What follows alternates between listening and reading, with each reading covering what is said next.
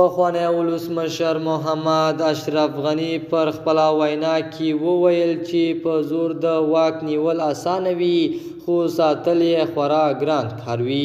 ډاکټر محمد اشرف غني د افغانستان د خراب وضعیت د سمولو یوازینۍ لاره ملي اجماع ده. په سلامونو مو ورکلی کوم د AFG نیوز چینل درنو لیدونکو سلام، ستړي مشئ، وخت مو بخیر.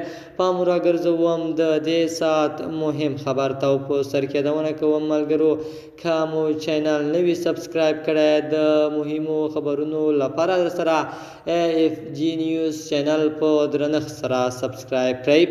د افغانستان ګوښه شوی ولسمشر محمد اشرف غني ویلي دي چې د هیواد اوسنی وضعیت تر بل هر وخت د اندېښنې وړ دی.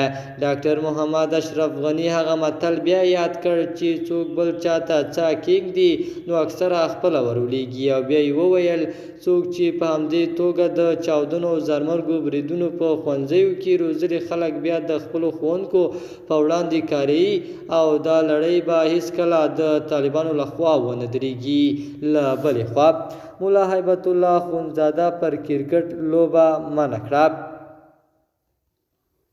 ملا هیبت الله اخندزاده د کرکټ لوبه منع اعلان کړه. په ټولنیزو شبکو کې د واتس اپ یو غږیز پیغام کې د طالبانو د 219 عمري قل اردو یو مسؤل خپلو نظامیانو ته د ملا هیبت الله پیغام او امر رسوي چې پکې ویل شوي ملا هیبت الله د کرکټ لوبه نه خوښوي او تر دې وروسته باید په هیڅ قل اردو جزو ناتامونو او قطعاتو کې جنګیالي د ورزش او ساتیرۍ په موخه کرکټ لوبه ونه کړي.